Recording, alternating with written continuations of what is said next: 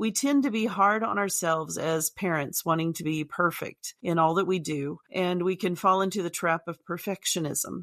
But I've found as a recovering perfectionist that in reality, perfectionism is me trying to be God in my own life, because we know that the only one who is truly perfect is God. And our attempts at it are not truly perfect, they're perfectionism. And we can also be hard on our kids, trying to encourage them to do their best, but instead putting expectations on them as well. So we have to figure out what is the balance there. Our hopes, dreams, and desires become expectations for the other person in the relationship. That can be a heavy weight on their shoulders. We have to be aware of that, understand that we can be doing that to our children and to ourselves. We set the bar high at a certain level, and rather than hopes, dreams, and desires, it becomes expectations and perfectionism. Those are heavy weights to carry, and they will kill the joy in our relationships and in our life if we bow to them. So how do we balance seeking to do our best and setting goals and seeing those goals realized with the temptation towards perfectionism and expectation, especially unrealistic expectations?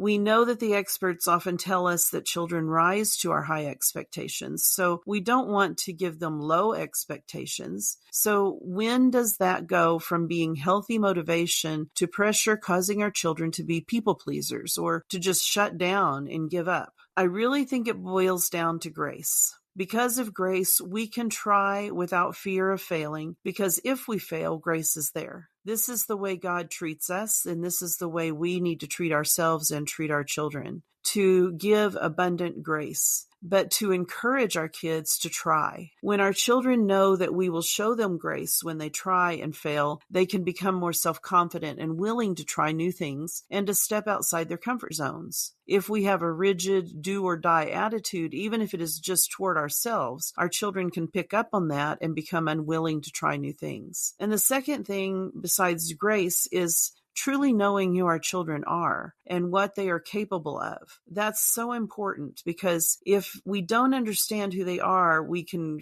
fall into the comparison trap with either comparing them to their siblings or to a friend's kids. Each child is so unique and so uniquely gifted. We need to look at the individual and see who God has created each person to be. When I was teaching school, I often thought we should develop an IEP, individual education plan, for every student, not just those with special needs, because every student has their own needs, their own strengths, and their own weaknesses. And as a teacher, we try very hard to try to meet each child's needs. And if we had time to sit down and figure out how best to meet the needs of each child, what an effective school that would be. With our own kids, hopefully we do have the time to do that, to sit down and to pray over and to examine and think about who our kids are and what their individual needs are and what their individual strengths and weaknesses are. When we know who our child truly is, we can set realistic goals and take some of the unrealistic expectations and pressures off of them. Sometimes the world puts ridiculous expectations on our children that we know they can never meet, and we need to be there to help them navigate that and to understand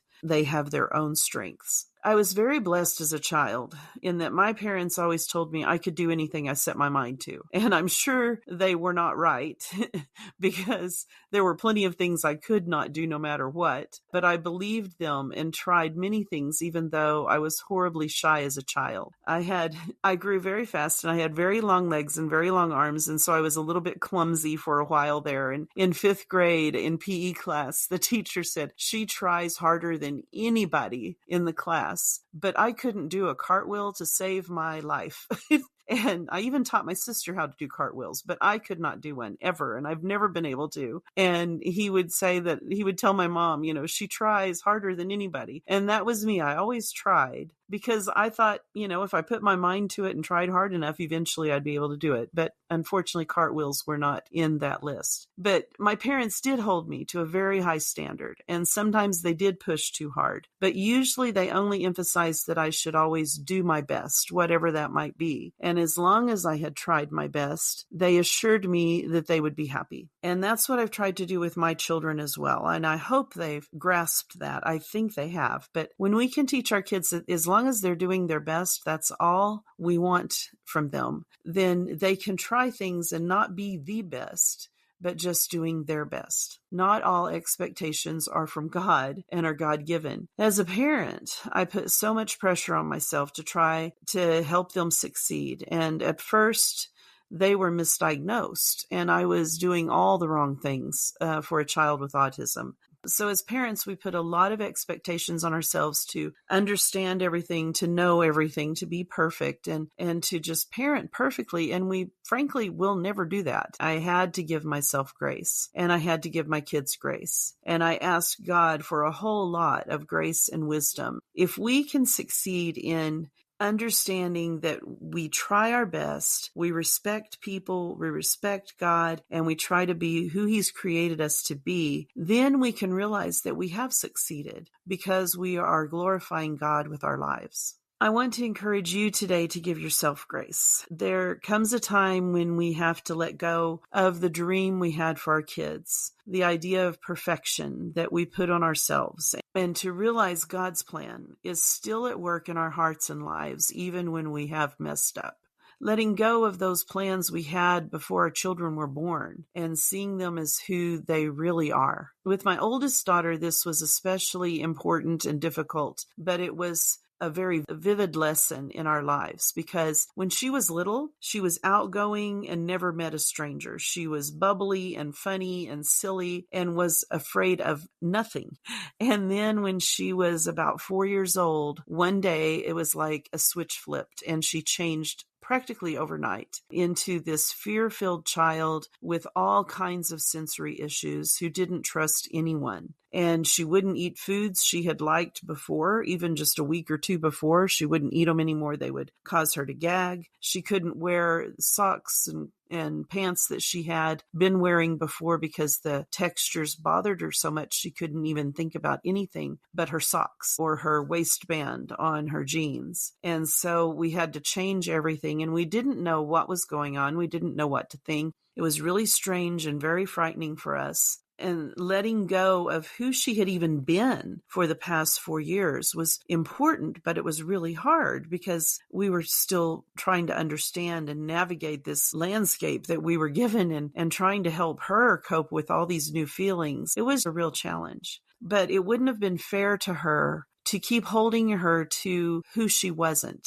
but to learn to accept who she was what we had to do. What's interesting about that is the more we're able to do that, the more she has the freedom to let go of those anxious feelings and to try to be more who I believe God really wants her to be. So we get to see that funny side of her a lot more these days as she's becoming more comfortable with who she is. We really have to do this with all of our kids. As parents, often we will have a path in mind that we would like them to take. We have to let go of those ideas and accept who our children are. Otherwise, we wind up putting a heavy burden on them. Sometimes they just choose a different path than what we would have chosen for them. Like my younger daughter, who is not on the spectrum, she's called to missions and she wants to live overseas. I mean, she grew up in Taiwan. And so the first time she goes overseas, she doesn't go to Taiwan, she goes to Myanmar. We had to really let go and let her do what she knew God was calling her to do, even though it terrified me a whole lot to see her go to a country that is really much less safe than Taiwan. She has faced a lot of crazy situations as a result of that, but God was with her through them all. And my mom taught me with all of my adventures that she always said that she knew as long as I was in the center of God's will, it was the safest place for me to be. Now, that didn't mean something bad wasn't going to happen, but she knew that's where I needed to be. And so I've tried to apply that to my kids' lives as well, and especially to Annie's as she goes and climbs mountains and falls off mountains and goes to scary countries. Think about some of the women in the Bible and how often they were so imperfect. But in spite of that, how God always was with them. He heard them, He saw them, and He used their lives in spite of their weaknesses. We know that He meets us in our deepest needs, no matter what we're going through or how difficult life gets and the uncertainties we have in raising our kids. God sees us and is always with us.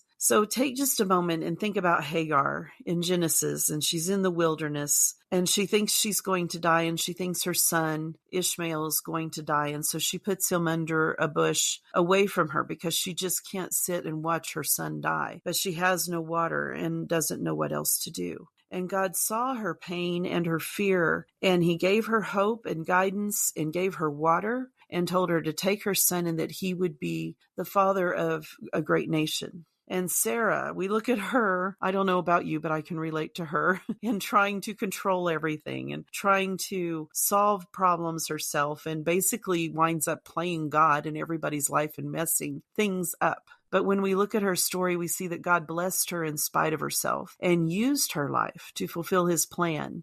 And Naomi, who knew more grief than most of us will ever know, God sustained her and restored her life. And Leah, in Genesis 29:31, God loved her even though her husband didn't. And Hannah, who prayed for a child and who was ridiculed for not having children, God heard her prayer and blessed her.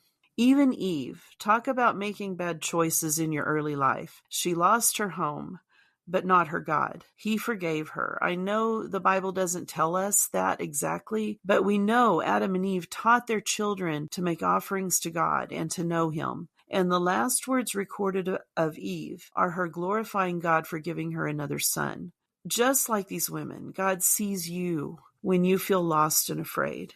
He blesses you even when you've tried to take control and have made bad decisions. And he sustains you when you face unbearable grief and pain. And he loves you even when it feels like no one else does. He hears you even in the noise and busyness of raising a family. He forgives you no matter what you've done. If we will allow him into our day and into our expectations, into our perfectionism, he can do amazing things beyond anything we could ask for or think of.